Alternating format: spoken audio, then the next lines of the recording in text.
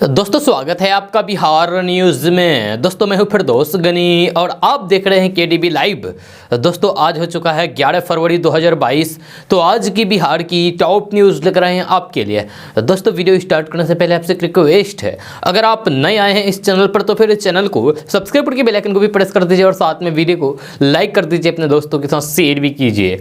तो चलिए दोस्तों स्टार्ट करते हैं आज की पूरे बिहार की टॉप न्यूज़।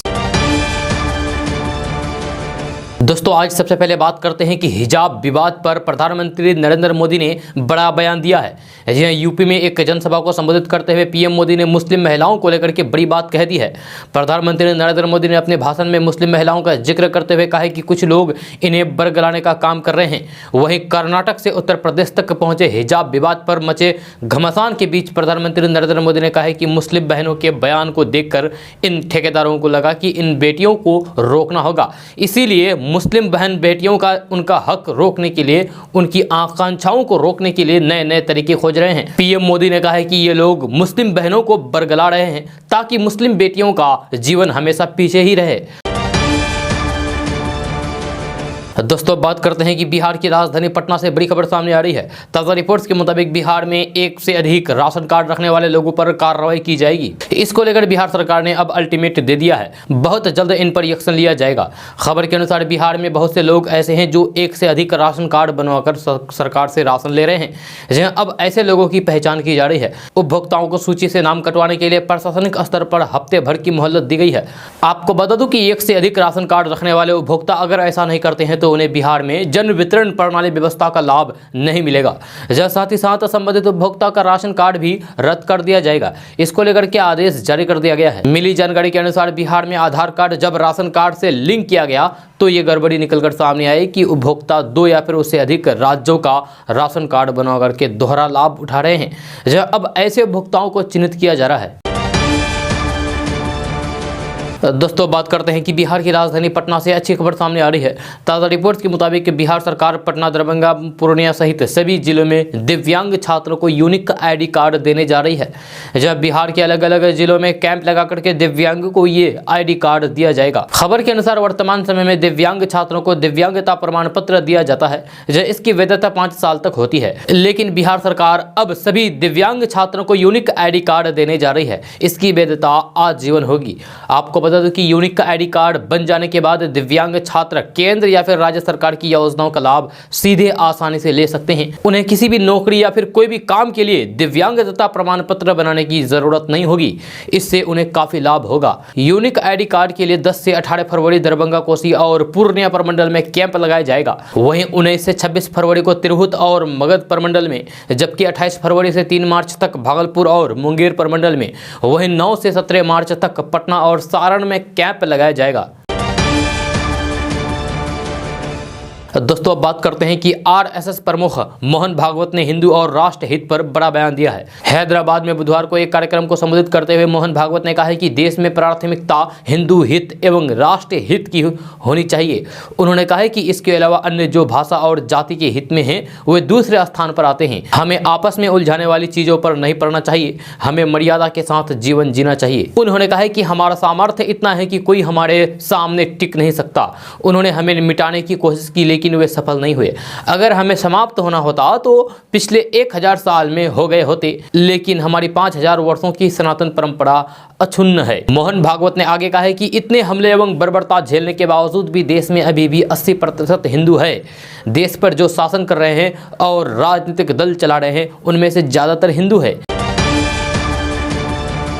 तो दोस्तों बात करते हैं कि आरआरबी एनटीपीसी रिजल्ट मामले में राजेंद्र नगर टर्मिनल पर हुए बवाल मामले में पत्रकार नगर थाने में फैजल खान उर्फ खान सर देर रात उपस्थित हुए। जब पुलिस ने उनसे पूछताछ के बाद नोटिस पर हस्ताक्षर करवा करके कई सारी हिदायतें दी है। आपको बता दें कि 24 जनवरी को राजेंद्र नगर टर्मिनल पर छात्रों ने जमकर बवाल किया था और पत्थरबाजी भी की थी। इसी मामले में मौके से 4 छात्रों को गिरफ्तार करके पुलिस ने जेल भेजा था। छात्रों ने पूछताछ के दौरान पुलिस को बताया था कि खान सर समेत 6 शिक्षकों ने हंगामा करने के लिए उकसाया था। बयान के आधार पर पुलिस ने सभी शिक्षकों पर नामजद प्राथमिकी दर्ज करके नोटिस भी भेजा था।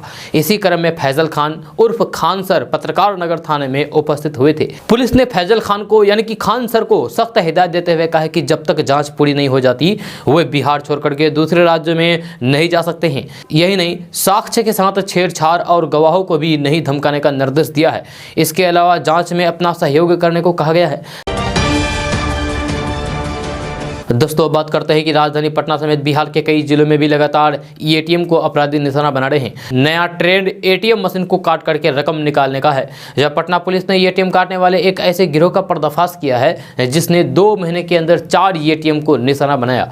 पटना के पॉश इलाके पाटलिपुत्र में किराए पर फ्लैट लेकर गिरोह के 4 सदस्य रह रहे थे। स्कॉर्पियो पर घूमकर ये गिरोह एटीएम को निशाना बनाता था। पटना पुलिस ने गिरोह के 2 सदस्यों को गिरफ्तार किया है। इनमें से एक अमीन का काम करता है तो दूसरा ITI का संचालक है। जब पटना के अलग अलग इलाकों में ऐसे गिरोह ने 15 दिसंबर 2021 से लेकर के बीते 3 फरवरी के बीच कुल 4 एटीएम को काट डाला था। दोस्तों बात करते हैं कि राज्य भर के यानी कि पूरे बिहार के सभी गांवों में बिजली कंपनी कैंप लगाएगी। इन कैंप में बिजली बिल की गलतियों में सुधार के साथ ही राजस्व संग्रह भी किया जाएगा। उपभोक्ताओं की ज्यादा से ज्यादा सहभागिता के लिए कैंप लगाने की जानकारी प्रत्येक पंचायत के मुखिया, सरपंच और वार्ड पार्षदों के माध्यम से लोगों को दी जाएगी। माइक से प्रचार प्रसार भी होगा। ग्रामीण क्षेत्र में समय पर बिल नहीं देने सहित कई प्रकार की गलतियों के बिलिंग व्यवस्था लड़खड़ाई हुई है। बिजली कंपनी के महाप्रबंधक राजस्व अरविंद कुमार ने पटना विद्युत आपूर्ति प्रतिष्ठान को छोड़कर सभी आपूर्ति प्रमंडल में तत्काल प्रभाव से कैंप लगाने का निर्देश दिया है। चेतावनी दी है कि किसी प्रकार की लापरवाही पर सख्त कार्रवाई की जाएगी। दोस्तों बात करते हैं कि बिहार में एक बार फिर से खाकी दागदार हो गई है, जहां अभद्रता की हद पार करते हुए अररिया के बौंसी थाना के थानेदार यानी कि SHO ने महिला को बुरी तरीके से पीटा। मारपीट में उनके सिपाही भी पीछे नहीं रहे। जहां थानेदार साहब इस बात से भड़क गए कि शिकायत करने पहुंची महिला ने गाड़ी थाने में पार्क कर दी थी, इसीलिए थानेदार साहब ने महिला की जमकर पिटाई कर दी। महिलाओं के साथ बर्बर बर्ताव। अररिया में वर्दी का गर्मी के चलते दारोगा जी अपना कर्तव्य भूल गए। जहां थाने में शिकायत लेकर के पहुंचे महिला और पुरुष को थानेदार और उनके सिपाहियों ने खूब जमकर पीटा। उन्होंने इसका भी ख्याल नहीं रखा कि वे महिलाओं के साथ ऐसा बर्बर बर्ताव कर रहे हैं। जी हां, दरअसल रात के समय पारिवारिक विवाद को लेकर के एक फैमिली थाने पहुंची थी। जब 4 व्हीलर थाने में पार्क करते ही थानेदार भड़क गए। उन्होंने महिलाओं की शिकायत पर गौर करने के बजाय उन्हें पीटना शुरू कर दिया। महिलाओं ने इसका विरोध किया तो फिर उन पर भी थानेदार ओम प्रकाश तिवारी टूट पड़े। फिलहाल मारपीट का ये वीडियो सोशल मीडिया पर अब तेजी के साथ वायरल हो रहा है। दोस्तों बात करते हैं कि कर्नाटक में मुस्लिम छात्राओं को हिजाब पहनने के कारण कॉलेज के क्लास रूम में बैठने से रोकने का मामला अब पूरी तरीके से गर्मा चुका है। अब इस मुद्दे पर विपक्ष लगातार मोदी सरकार को टारगेट कर रही है। इसी क्रम में इस मामले पर बिहार सरकार में मंत्री नीरज कुमार बबलू ने प्रतिक्रिया दी है। बीजेपी कोटा से मंत्री बने नीरज कुमार बबलू ने कहा है कि कर्नाटक में जो विवाद पैदा हुआ है वह एकदम गलत है। उन्होंने कहा है कि मेरा कहना है कि स्टूडेंट स्कूल कॉलेज पढ़ाई करने जाते हैं, ना कि धर्म का प्रचार करने। पढ़ाई करने वालों को हिजाब की जरूरत क्या है? स्कूल ड्रेस में आप स्कूल जाएं तो आप स्टूडेंट दिखते हैं, इसमें क्या आपत्ति है? स्टूडेंट को स्टूडेंट ही दिखना चाहिए, ना कि धर्म का प्रचारक दिखना चाहिए। ये कोई विवाद का विषय नहीं है, इस पर विवाद नहीं होना चाहिए। उन्होंने कहा है कि हम आग्रह करेंगे कि इस बात को विवाद में ना लिया जाए। कुछ लोग लगे रहते हैं हर चीज में विवाद उत्पन्न करने में। कुछ दल के लोग हर बात को विवाद में ले जाने में लगे रहते हैं। जहां अभी यूपी चुनाव है इसीलिए वे ऐसा कर रहे हैं। नीरज कुमार बबलू ने कहा कि अभी यूपी चुनाव में मुस्लिम बीजेपी के साथ खड़े हैं, मुस्लिम के वोट बीजेपी की तरफ आ रहे हैं, तो फिर विरोधियों का कलेजा फट रहा है। ये लोग ये सोच रहे हैं कि ये कैसे हो रहा है। दोस्तों बात करते हैं कि कर्नाटक से शुरू हुए हिजाब विवाद पर राजनीतिक लगातार बढ़ता ही जा रहा है। अब AIMIM प्रमुख असदुद्दीन ओवैसी इस मामले में प्रधानमंत्री नरेंद्र मोदी और बीजेपी को कटघरे में खड़ा किया है। उत्तर प्रदेश के मुरादाबाद में चुनाव प्रचार करने के दौरान असदुद्दीन ओवैसी ने कहा है कि केरल हाईकोर्ट ने जोर देकर कहा है कि बुर्का, हिजाब और चादर इस्लाम की एक अनिवार्य विशेषता है। अगर संसद में प्रधानमंत्री नरेंद्र मोदी और बीजेपी नेता दाढ़ी और टोपी के साथ आ सकते हैं तो बच्ची क्लास में हिजाब पहनकर जा रही है तो फिर आप उसे रोक क्यों रहे हैं? आप उसे पराई करने दें। इसके साथ ही हिजाब विवाद के मामले पर असदुद्दीन ओवैसी ने पाकिस्तान को भी खरी खोटी सुनाते हुए इसमें अपनी नाक न अड़ाने की सलाह दी है। जहां ओवैसी ने कहा है कि मलाला यूसुफजई पर हमला पाकिस्तान में हुआ, लड़कियों की शिक्षा के मामले में पाकिस्तान हमें ज्ञान ना दे। पाकिस्तान के संविधान के हिसाब से कोई गैर मुस्लिम वहां का प्रधानमंत्री नहीं बन सकता है। असदुद्दीन ओवैसी ने सख्त लहजे में कहा है कि पाकिस्तान के लोगों से कहना है कि इधर मत देखो, उधर ही देखो। तुम्हारे पास पाकिस्तान बलोचियों से लेकर के ना जाने क्या क्या झगड़े हैं। ये देश मेरा है, हमारे घर का मामला है। आप इसमें अपनी नाक या फिर टांग मत अड़ाओ, वरना जख्मी हो जाएगी तुम्हारी टांग और नाक। दोस्तों, बात करते हैं कि राजद की कार्य समिति की बैठक में शामिल होने पटना पहुंचे लालू प्रसाद यादव ने एक बार फिर से भाजपा और प्रधानमंत्री नरेंद्र मोदी पर जमकर हमला बोला है।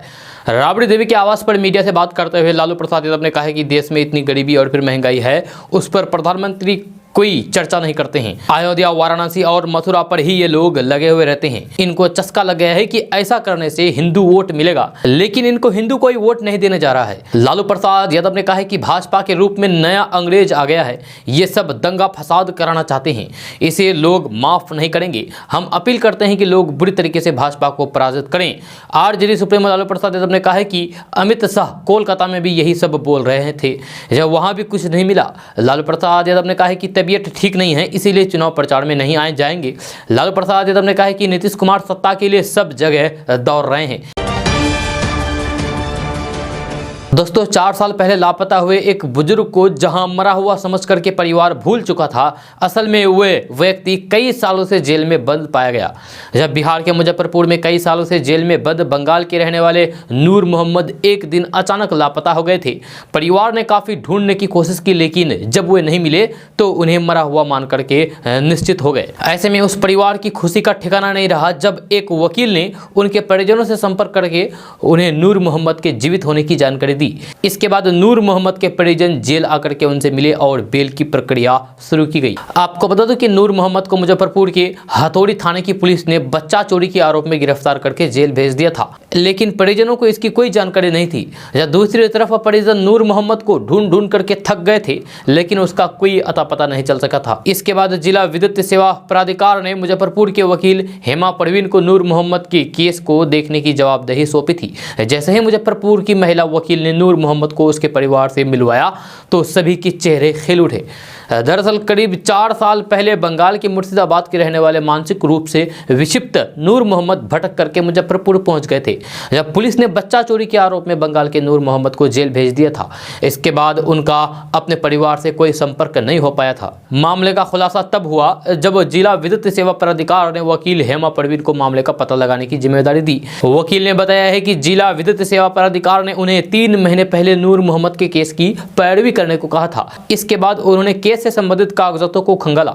जब वीडियो कॉन्फ्रेंस से अपने पिता से बात करने के बाद नूर मोहम्मद के बेटे जलील खान ने बताया है कि 5 साल से मेरे पिता गायब थे। अब बहुत खुशी मिल रही है कि हमें अपने पिता की जानकारी मिल गई है। दोस्तों, बात करते हैं कि बिहार पुलिस पटना आने वाले वीवीआईपी लोगों की सुरक्षा को लेकर और मजबूत करने जा रही है। जब पिछले 1 साल से चल रही कवायद के बाद आखिरकार पुलिस विभाग ने सुरक्षा के लिए 5 बुलेट प्रूफ गाड़ियों की खरीद को मंजूरी प्रदान कर दी है। हालांकि पिछले साल जब इसकी योजना बनी तो उस समय 6 गाड़ियों की खरीद किए जाने का प्रस्ताव था, लेकिन अब इसकी संख्या 5 कर दी गई है। मंजूरी के बाद पुलिस विभाग ने खरीदी की प्रक्रिया पर काम शुरू कर दिया है। आपको बता दूं कि वीवीआईपी व्यक्ति जिन्हें Z+ का सुरक्षा घेराव प्राप्त है, उनके आने जाने के लिए इन बुलेट प्रूफ LMB का इस्तेमाल किया जाता है। Z+ या फिर स्पेशल सिक्योरिटी ग्रुप अधिनियम के तहत जिन VVIP को सुरक्षा प्रदान की गई है, उनके लिए बुलेट प्रूफ वाहनों का इस्तेमाल होता है। गृह विभाग ने 5 ऐसी गाड़ियों की खरीद की मंजूरी देते हुए 3 करोड़ की राशि की स्वीकृति दे दी है, जहां हर एक बुलेट प्रूफ गाड़ियों की खरीद पर 60 लाख रुपए का खर्च आएगा। इससे पहले साल 2021 में भी बुलेट प्रूफ गाड़ी की खरीद को मंजूरी दी गई थी, जब तब 6 गाड़ियों की खरीद होनी थी, पर नए सिरे से खरीदारी की जो मंजूरी दी गई है उसके तहत 5 गाड़ियों का ही जिक्र है। तो दोस्तों, बात करते हैं कि प्रधानमंत्री नरेंद्र मोदी ने बिहार के मुख्यमंत्री नीतीश कुमार की तारीफ करते हुए राजनीति में परिवारवाद के खिलाफ उनका उदाहरण दिया है। जी हां, राजनीति में परिवारवाद पर बात करते हुए प्रधानमंत्री नरेंद्र मोदी ने कहा है कि लोहिया जी का परिवार कहीं नजर आता है क्या? जॉर्ज फडणवीस का परिवार कहीं नजर आता है क्या? नीतीश बाबू हमारे साथ काम कर रहे हैं, वे भी तो समाजवादी हैं, उनका परिवार कहीं नजर आता है क्या? बुधवार को एक समाचार एजेंसी को दिए गए इंटरव्यू में प्रधानमंत्री नरेंद्र मोदी ने कहा है कि समाज के लिए हूं, लेकिन मैं जिस नकली समाजवाद की चर्चा करता हूं वह पूरी तरीके से परिवारवाद है। परिवारवादी पार्टियां लोकतंत्र की सबसे बड़ी दुश्मन है। जब परिवार ही सर्वोपरि होता है, परिवार को बचाओ, पार्टी बचे या ना बचे, देश बचे या ना बचे, ये सब होता है तो फिर सबसे बड़ा नुकसान प्रतिभा को होता है। इसी क्रम में प्रधानमंत्री नरेंद्र मोदी ने राम मनोहर लोहिया, जॉर्ज फडणवीस और नीतीश कुमार की चर्चा की और कहा है कि इन लोगों ने कभी भी अपने परिजनों को राजनीति में लाने पर जोर नहीं दिया। प्रधानमंत्री नरेंद्र मोदी ने कहा है कि नीतीश कुमार हम लोगों के साथ मिलकर काम कर रहे हैं, उनके काम में उनके परिजन कहीं नजर नहीं आते हैं। समाजवादी पार्टी पर हमला बोलते हुए उन्होंने कहा है कि किसी ने मुझे एक बार एक पत्र भेजा था कि वैसे सभी लोग जिसकी उम्र 25 के लगभग हैं उनको चुनाव लड़ने का अवसर दे दिया गया है। क्या ये परिवारवाद की राजनीति लोकतंत्र के लिए खतरे की बात नहीं है?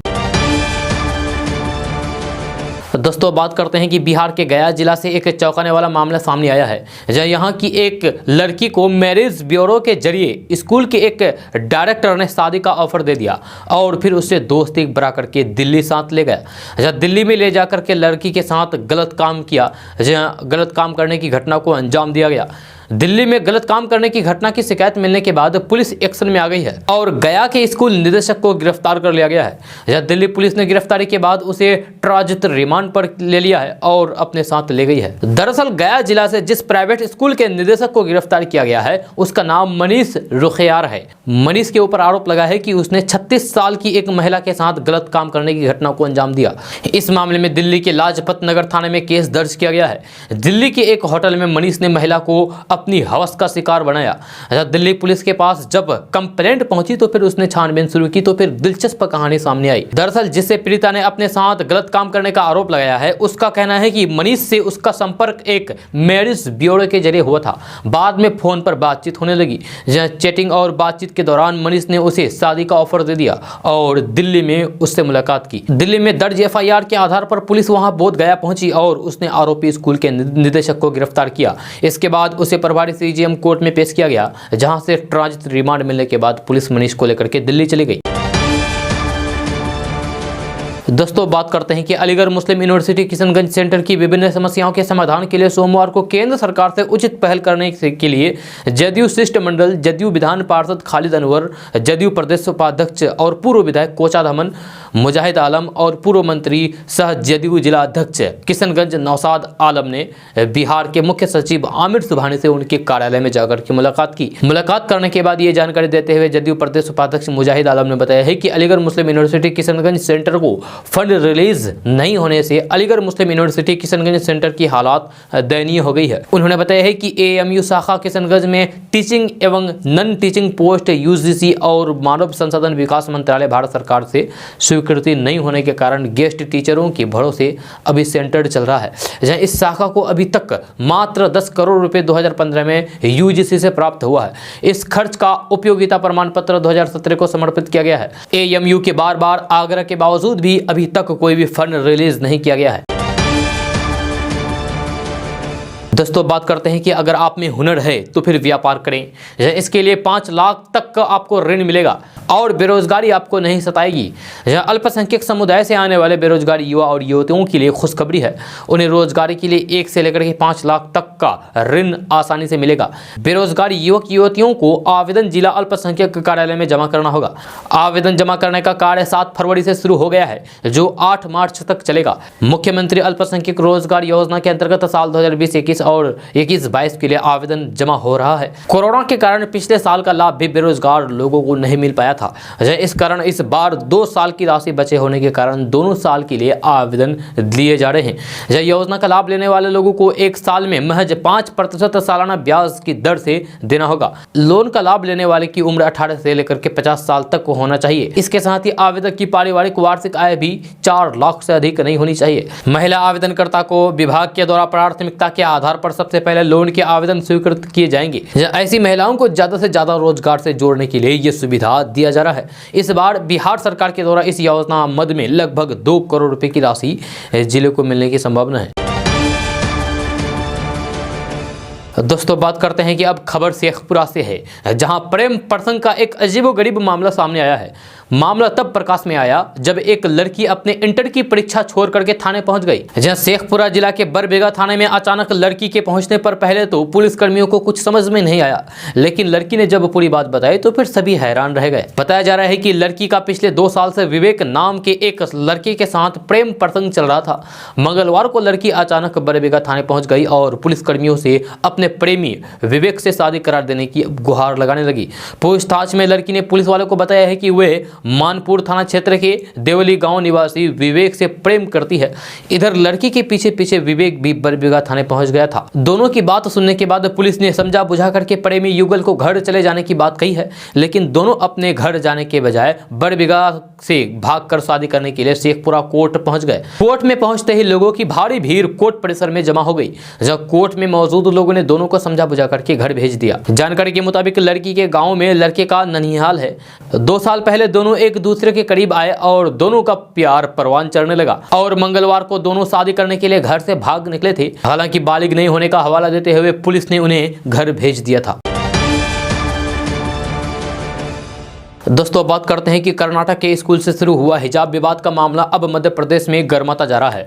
जब बुधवार को फुटबॉल क्रिकेट खेलने के बाद लड़कियों का हिजाब बुर्के में बुलेट बाइक चलाते वीडियो वायरल हो रहा है। इसमें एक बाइक पर बैठी लड़की फ्लाइंग किस भी करती दिखाई दे रही है। जब बुलेट की नंबर प्लेट भाजपा के झंडे के रंग में रंगी दिखाई दे रही है। इस पर कांग्रेस ने सवाल उठाया है कि क्या ये भाजपा प्रायोजित है। 43 सेकंड के वीडियो में भोपाल के वीआईपी रोड पर एक बुलेट और स्पोर्ट बाइक को 2 लड़कियां बुर्के और हिजाब पहने चलाते दिख रही है। उनके पीछे 2 अन्य लड़कियां भी बुर्का पहने बैठी हुई है। बुलेट बाइक और अन्य बाइक चला रही लड़कियां विक्ट्री का साइन बनाती है। वीडियो में कुछ देर बाद बाइक पर पीछे बैठे लड़की फ्लाइंग किस देती है। बुलेट बाइक की सामने की नंबर प्लेट का रंग भाजपा के झंडे के रंग का है। जब वही वायरल एक अन्य वीडियो में एक बाइक पर 4 लड़कियां बैठी दिख रही है, जिसमें पीछे बैठी 2 लड़कियां विक्ट्री का साइन बनाती दिख रही है। जब लड़कियों ने बुर्का पहना है लेकिन हेलमेट नहीं पहना है। आपको बता दें कि इससे पहले बुधवार को युवतियों ने स्कूल शिक्षा मंत्री के बयान का विरोध करने के लिए हिजाब पहनकर फुटबॉल और क्रिकेट खेला था। साथ ही ये भी कहा था कि हम हिजाब में कंफर्टेबल है। इस पर कांग्रेस के प्रवक्ता नरेंद्र सलूजा ने कहा है कि इस वीडियो में मोटरसाइकिल चला रही बच्चियों के वाहन की नंबर प्लेट भाजपा के रंग में रंगी है। क्या ये भाजपा प्रायोजित है? अपने राजनीतिक फायदे के लिए भाजपा कुछ भी कर सकती है। भाजपा जवाब दे, ये बच्ची आखिर है कौन? दोस्तों बात करते हैं कि स्वास्थ्य विभाग बिहार में लंबे समय से बंद पड़े आयुर्वेदिक कॉलेजों में एक बार फिर से नामांकन की तैयारी में है। जब विभाग ने कोरोना के दौरान बड़ी संख्या में लोगों का रुझान आयुष की ओर बढ़ता देखकर बंद कॉलेजों में वापस पढ़ाई शुरू करने का प्रस्ताव बनाया था, जिसे मंत्रिमंडल की स्वीकृति भी मिल चुकी है। विभाग की जानकारी के अनुसार दरभंगा, बक्सर और भागलपुर में स्थित राजकीय आयुर्वेदिक कॉलेज में नामांकन ठप है। इन संस्थानों में इस सत्र से नामांकन प्रारंभ करने की प्रक्रिया प्रारंभ की गई है। दोस्तों बात करते हैं कि प्रधानमंत्री नरेंद्र मोदी ने बुधवार को कांग्रेस नेता राहुल गांधी पर करारा हमला बोला है। जहां समाचार एजेंसी ANI को दिए गए साक्षात्कार यानी कि इंटरव्यू में प्रधानमंत्री नरेंद्र मोदी ने बुधवार को कहा कि संबंधित मंत्रालय की ओर से विपक्ष के सवालों के विस्तार से जवाब दिए गए हैं। प्रधानमंत्री नरेंद्र मोदी ने कहा है कि हम किसी पर व्यक्तिगत तौर पर हमला नहीं करते हैं, हम संवाद करने में विश्वास करते हैं। अक्सर संसद में वाद विवाद टोका टाकी होती रहती है, इसे लेकर मैं नाराज होने की मेरे पास कोई वजह नहीं है। प्रधानमंत्री नरेंद्र मोदी ने कहा कि मैंने हर विषय पर तथ्यपरक जवाब दिए हैं और तथ्यों के आधार पर बात की है। कुछ विषयों पर हमारे विदेश और रक्षा मंत्रालय ने विस्तार से जवाब दिए हैं। यही नहीं, जहां भी जरूरी था मैंने बात की है। मीडिया के कुछ हलकों में लोकसभा में पीएम मोदी की ओर से दिए गए जवाबों को लेकर के उठाए गए सवालों पर प्रधानमंत्री नरेंद्र मोदी ने कहा कि बताइए मैं उस सांसद का कैसे जवाब दूं जो नहीं सुनता है और ना तो सदन में बैठता है। प्रधानमंत्री नरेंद्र मोदी ने कांग्रेस पर करारा पलटवार करते हुए कहा कि कांग्रेस की कार्यशैली और विचारधारा के आधार संप्रदायवाद, जातिवाद, भाषावाद, प्रांतवाद, भाई भतीजावाद और भ्रष्टाचार है। यदि इस देश की मुख्य धारा में ऐसा ही रहेगा तो फिर देश का कितना बड़ा नुकसान होगा। मौजूदा वक्त में देश की जो हालात है उसका सबसे ज्यादा जिम्मेदार कोई है तो वो कांग्रेस है। आपको बता दूं कि राहुल गांधी ने 2 फरवरी को लोकसभा में विपक्ष की ओर से चर्चा शुरू करते हुए सरकार को बेरोजगारी, महंगाई और भारत चीन सीमा मुद्दे पर जमकर घेरा था। दोस्तों बात करते हैं कि देश की दूसरी सबसे बड़ी टेलीकॉम कंपनी भारती एयरटेल का मानना है कि साल 2022 में भी मोबाइल कॉल और सेवाओं की कीमतों में बढ़ोतरी होगी। कंपनी के एक शीर्ष अधिकारी ने कहा है कि एयरटेल चार्जेस बढ़ाने के मामले में आगे रहने से हिचकिचाहट नहीं दिखाएगी। कंपनी का इरादा प्रति ग्राहक औसत राजस्व को 200 रुपये पर पहुंचाने का है। आपको बता दें कि बीते साल नवंबर में ही एयरटेल ने सबसे पहले मोबाइल और अन्य सेवाओं की कीमतों में 18% से लेकर के 25% तक की बढ़ोतरी की थी। एयरटेल के बाद रिलायंस जियो और वोडाफोन आइडिया ने भी अपनी अपनी कॉल रेट और अन्य सेवाएं महंगी कर दी थी। दोस्तों अब बात करते हैं कि बिहार में मौसम का मिजाज रोज बदल रहा है। जहाँ पश्चिमी विक्षोभ पश्चिमी हिमालय की तराई क्षेत्र से होकर के गुजर रहा है। सतह से 0.9 किलोमीटर ऊपर पूर्वी हवा का प्रवाह बना हुआ है। इसके कारण पटना समेत बिहार के गया, नालंदा, शेखपुरा, नवादा, बेगूसराय, लखीसराय, जहानाबाद, रोहतास, भभुआ, औरंगाबाद में हल्की से मध्यम स्तर के बारिश के आसार बने हुए हैं। वहीं कुछ जगहों पर बूंदाबांदी होगी। 48 घंटे बाद बिहार में न्यूनतम तापमान 3 से 4 डिग्री गिरने के आसार हैं। पिछले 24 घंटे के दौरान बिहार का मौसम शुष्क बना रहा। दोस्तों अब बात करते हैं कि बिहार की राजधानी पटना से बड़ी खबर सामने आ रही है। ताज़ा रिपोर्ट्स के मुताबिक बिहार के 20 जिलों में पहले चरण का जमीन सर्वे किया जा रहा है। इसी बीच सरकार ने बिहार के बचे हुए 18 जिलों में भी जमीन सर्वे का काम शुरू करने का आदेश दे दिए हैं। खबर के अनुसार सरकार ने राज्य के यानी कि बिहार के 18 जिलों में रहने वाले लोगों को बैनर पोस्टर के द्वारा ये जानकारी उपलब्ध कराने के लिए कहा गया है कि उनके खेत का सर्वे होने वाला है। इसके लिए वे अपने दस्तावेजों को तैयार कर लें ताकि उन्हें किसी भी तरह की परेशानी का सामना न करना पड़े। आपको बता दें कि बिहार के पटना, भोजपुर, कैमूर, बक्सर, मुजफ्फरपुर, गया, भागलपुर, सारण, सीवान, गोपालगंज, दरभंगा, औरंगाबाद, वैशाली, रोहतास, पूर्वी चंपारण, मधुबनी, समस्तीपुर और नवादा जिले में जमीन सर्वे का काम शुरू किया गया है। साथ ही आपको यह भी बता दूं कि अगर आपका जमीन परदादा के नाम के हैं तो फिर उस जमीन का सर्वे कैसे होगा। अगर आपकी जमीन परदादा के नाम से है तो फिर आप सबसे पहले वंशावली बनाएं। आपको बता दो कि वंशावली बनाने के लिए आपको वंशावली फॉर्म को सही भरकर सर्वे अधिकारी से सत्यापन कराना होगा। वंशावली का फॉर्म आपको सर्वे कैंप में मिलेगा या फिर आप राजस्व एवं भूमि सुधार विभाग की वेबसाइट से इसे डाउनलोड कर सकते हैं। जब वंशावली जमा होने के बाद आपके परदादा की जमीन का सर्वे किया जाएगा और वह अब आपकी जमीन हो जाएगी।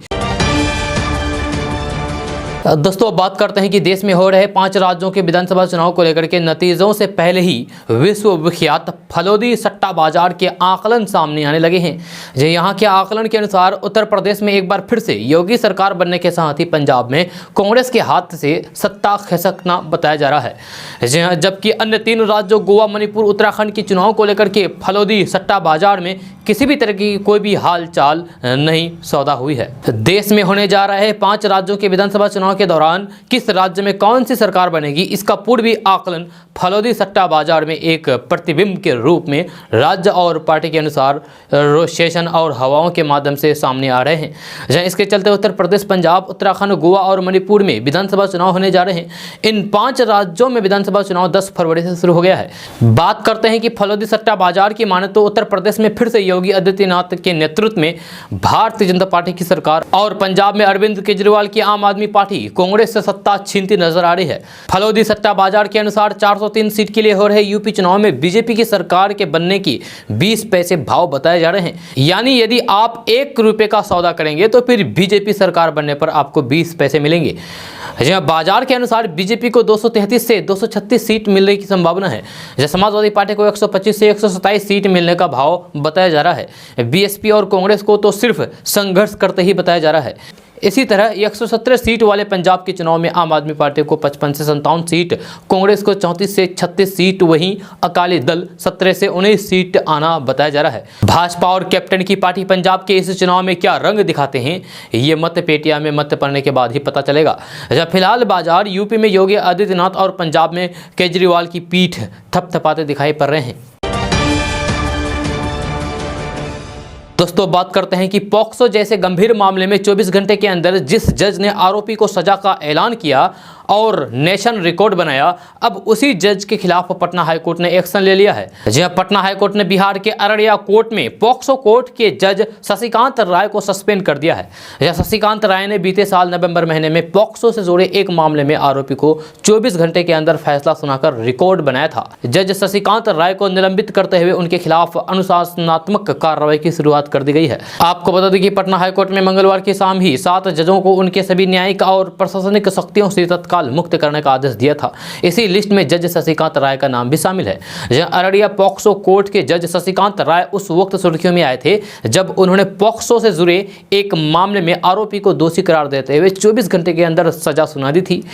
इस सजा के ऐलान के बाद देश भर में उनकी चर्चा हुई थी। 24 घंटे के अंदर जज शशिकांत राय ने इस मामले से जुड़े सभी गवाहों को सुना, वकीलों की दलीलों को सुना और फिर काउंटर को सुनने के बाद फास्ट ट्रैक के तहत सजा का ऐलान कर दिया। पहले सबसे जल्द सजा सुनाने का रिकॉर्ड मध्य प्रदेश की एक अदालत के पास था, जहां उसने पॉक्सो एक्ट के तहत मामले में 3 दिन के अंदर फैसला सुनाया था। लेकिन अररिया की अदालत ने 24 घंटे के अंदर सजा सुना करके रिकॉर्ड बनाया था।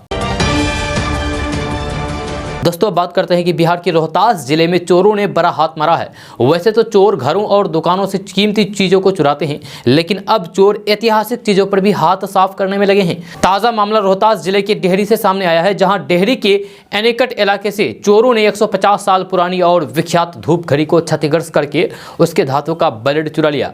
यह बताया जाता है कि ब्रिटिश काल में 1871 ईस्वी में इसका निर्माण कराया गया था। तब से ये संरक्षित था। दूर दूर से लोग इस ऐतिहासिक धूप घड़ी को देखने आते थे, लेकिन रखरखाव एवं सुरक्षा के इंतजाम नहीं होने के कारण चोरों ने धूप घड़ी पर हाथ साफ कर दिया। खास बात यह है कि जिस इलाके से चोरी हुई है वहां ज्यादातर पुलिस अधिकारियों के आवासीय क्षेत्र है। डीआईजी, एसपी, एसएसपी सहित तमाम आला पुलिस अधिकारियों के कार्यालय एवं आवास इसी इलाके में है। फिर भी चोरों की हिम्मत देखी कि धूप घड़ी को ही क्षतिग्रस्त करके उसे चुरा लिया। सनवाच का परिसर भी पहले से टूटा हुआ है, जहां स्थानीय लोगों के मुताबिक धूप घड़ी की स्थापना साल 1871 ईस्वी में ब्रिटिश हुकूमत के द्वारा की गई थी। यहाँ यांत्रिक कार्यशाला में कार्य करने वाले मजदूर इसी घड़ी से समय देकर आते और जाते थे। उस समय किसी भी तरह की घड़ी आम लोगों की तरह पहुंच से बहुत दूर थी। इलाके के लोग पहले ही आरोप लगाते थे कि जनप्रतिनिधियों और अधिकारियों की लापरवाही के कारण इस प्राचीन धूप घड़ी की दीवारें टूट चुकी थी और सुरक्षा के कोई इंतजाम नहीं था। दोस्तों बात करते हैं कि बिहार को विशेष राज्य का दर्जा दिलाने की मांग एक बार फिर से तेज हो गई है। बजट सत्र में जदयू इस मुद्दे को लेकर के लोकसभा में काफी आक्रामक दिख रही है। जदयू के राष्ट्रीय अध्यक्ष ललन सिंह तो इस मुद्दे पर देश के प्रधान बिहार पर दे ध्यान नाम से एक मुहिम तक चला रहे हैं। वही भाजपा के नेता इस मुद्दे को लेकर के लगातार जदयू के खिलाफ बयानबाजी कर रहे हैं। दोनों पार्टियों के बीच कुछ दिन से चल रहे विवाद के बीच अब जदयू ने इस विषय को लेकर के सीधे प्रधानमंत्री नरेंद्र मोदी के पास ले जाने का फैसला किया है। जदयू ने फैसला किया है कि उनके सभी सांसद विशेष राज्य के मुद्दे पर प्रधानमंत्री नरेंद्र मोदी से व्यक्तिगत मुलाकात करेंगे। इसकी पुष्टि करते हुए सीतामढ़ी से जदयू सांसद सुनील कुमार पिंटू ने एक न्यूज चैनल से बातचीत करते हुए बताया है कि इस मुद्दे पर लोकसभा में जदयू के सभी सांसद मार्च महीने में पीएम मोदी से मिलेंगे। उन्होंने कहा है कि जिस तरीके से बिहार की अनदेखी की जा रही है और विशेष पैकेज के नाम पर केवल झुनझुना पकड़ा दिया जा रहा है, ऐसे में जदयू के सभी सांसद प्रधानमंत्री नरेंद्र मोदी से मिलकर के बिहार के लिए विशेष राज्य की मांग करेंगे और कहेंगे कि देश के प्रधान बिहार पर दे ध्यान। आपको बता दूं कि बीजेपी जेडीयू के इस मांग को पॉलिटिकल एजेंडा बता रही है और कह रही है कि नीतीश कुमार की गलत नीति के कारण बिहार पिछड़ रहा है। जदयू सांसद ने बीजेपी के आरोप पर कहा है कि विशेष पैकेज से सड़क और स्कूल बन सकते हैं, परंतु विशेष राज्य के माध्यम से जब तक बिहार में कारखाना नहीं लगेंगे तब तक बिहार का विकास पूरा नहीं हो सकता। दोस्तों बात करते हैं कि कर्नाटक हिजाब मामला अब पूरी तरीके से राजनीति से रंगने लगा है। पहले प्रियंका गांधी ने ट्वीट किया, अब आरजेडी सुप्रीमो लालू प्रसाद यादव ने मामले पर बयान दिया है। उन्होंने हिजाब विवाद को लेकर कहा है कि देश गृह युद्ध की ओर बढ़ रहा है। हिजाब विवाद पर राज्यसभा में विपक्ष के नेता मल्लिकार्जुन खड़गे ने कहा है कि विवाद के पीछे राजनीतिक पार्टियों का हाथ है। उन्होंने कहा है कि वोटों का ध्रुवीकरण करने के लिए जानबूझकर यह किया गया है। हिजाब मामले में प्रियंका गांधी वाड्रा भी कूद पड़ी है। उन्होंने ट्वीट करते हुए कहा है कि बिकनी, घूंघट, हिजाब या फिर जींस तय करना महिलाओं का अधिकार है। ये अधिकार भारतीय संविधान द्वारा दिया गया है। उन्होंने कहा है कि महिलाओं को प्रताड़ित करना बंद करे। दोस्तों बात करते हैं कि बिहार की राजधानी पटना से अच्छी खबर सामने आ रही है। ताजा रिपोर्ट्स के मुताबिक बिहार में सरसों तेल की कीमत लगातार कम हो रही है। यहां सरसों तेल के दाम में औसतन 17 रुपए प्रति लीटर तक की गिरावट आई है, जबकि रिफाइंड तेल भी 5 रुपए प्रति लीटर सस्ता हुआ है। खबर के अनुसार दिसंबर महीने में सरसों तेल की कीमत बिहार में औसतन 180 से 200 रुपए प्रति लीटर थी, जो अब घट करके 165 रुपए के आसपास आ गई है। आने वाले कुछ दिनों में इसकी कीमत और भी तेजी के साथ कम होने का दुकानदारों की माने तो बाजार में सरसों के नए फसल आने शुरू हो गए हैं, जिसके कारण इसके दामों में गिरावट हो रही है। वहीं केंद्र सरकार ने भी तेलों के दाम स्थिर रखने और फिर इसकी महंगाई कम करने के लिए कुछ जरूरी कदम उठाए हैं, इसका असर दिखाई दे रहा है। आपको बता दूं कि पैकिंग, गार्जिन और अन्य खर्चे आदि मिलाकर के खुदरा बाजार में सरसों तेल, सोया रिफाइंड तेल का भाव 150 रुपये से कम पड़ता है, लेकिन बहुत से कंपनियां और दुकानदार अभी भी 170 से 180 रुपये तक तेल बेच रहे हैं। दोस्तों बात करते हैं कि बिहार के फतेहपुर में सोमवार की रात मामी के प्यार में पागल भांजे ने ही अपने दोस्त के साथ मिलकर के मामा की हत्या कर दी। जब पटना के दीदारगंज पुलिस के पास मृत की पत्नी भांजे और दोस्त ने अपना जुर्म कबूल कर लिया है। यह हत्याकांड में मृतक सूरज की पत्नी काजल देवी, भांजा आकाश और दोस्त अजित कुमार गिरफ्तार हैं। आपको बता दूं कि महिला ने भांजे के प्यार में इस कदर पागल हुई कि उसे शादी करने के लिए अपने पति का हत्या करवा दी। जब पुलिस ने मृतक सूरज की पत्नी भांजे और फिर उसके दोस्त को गिरफ्तार कर लिया है। इस बात का खुलासा पुलिस ने तीनों की गिरफ्तारी और फिर पूछताछ के बाद किया है। थाना अध्यक्ष चेतानंद झा ने बताया है कि हत्याकांड में सूरज की पत्नी काजल देवी, भांजे आकाश और उसके दोस्त अजित कुमार की गिरफ्तारी हुई है। सूरज की हत्या 7 फरवरी सोमवार की शाम गला रेत कर दी गई है। परिवार वालों ने पुलिस को बताया था कि पत्नी काजल देवी का चाल चलन ठीक नहीं है। वह अपने पति सूरज का दामन छोड़ करके आकाश यानी कि अपने भांजे से शादी करने को बेताब थी। पुलिस ने बताया है कि पत्नी को जब लगा कि सूरज मानने को तैयार नहीं है और वह उसके प्यार में रोड़ा है, तब उन लोगों ने उसे जिंदगी से ही हटाने की साजिश रची। दोस्तों आज का न्यूज़ बस यहाँ तक। कैसा लगा जरूर अपना सुझाव दीजिएगा नीचे कमेंट बॉक्स में कमेंट करके। अगर आप नया है इस चैनल पर तो फिर चैनल को सब्सक्राइब करके बेल आइकन को भी प्रेस कर दीजिए और साथ में वीडियो को लाइक कर दीजिए, अपने दोस्तों के साथ शेयर भी कीजिए। तो चलो दोस्तों फिर मिलते हैं नेक्स्ट वीडियो में, तब तक के लिए जय हिंद, जय बिहार।